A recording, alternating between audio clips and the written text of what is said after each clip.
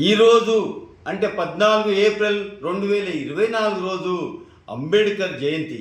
ఈ సందర్భంగా సమస్త జనాలకు అంబేద్కర్ జయంతి శుభాకాంక్షలు. మనము అంబేద్కర్ గారు కల్పించిన ఒక వినూత్నమైన ఒక వజ్రాయుధం లాంటి హక్కును మనం ఈరోజు స్మరించుకోవాల్సిన అవసరం ఉన్నది. ఆ హక్కు ఏదంటే ఓటు హక్కు.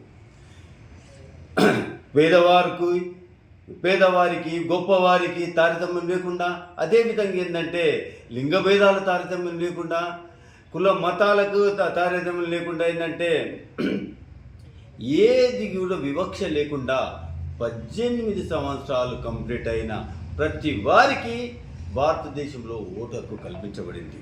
కాబట్టి అది కూడా ఏంటంటే తమ నాయకులతో వాళ్ళే ఎన్నుకునే విధంగా సీక్రెట్గా ఓటు వేసే హక్కు కల్పించారు. కాబట్టి ప్రతి ఒక్కరికి కూడా కోరుకునేది ఏంటంటే రేపు ఎన్నికలు వచ్చినప్పుడు మీ ఓటును వృధా చేయకుండా సరి అయిన రీతిలో ఆలోచించి అంబేద్కర్ కల్పించిన ఈ వజ్రాయుధం లాంటి హక్కును సరి అయిన రీతిలో ఉపయోగించుకోవాలని చెప్పేసి విజ్ఞప్తి.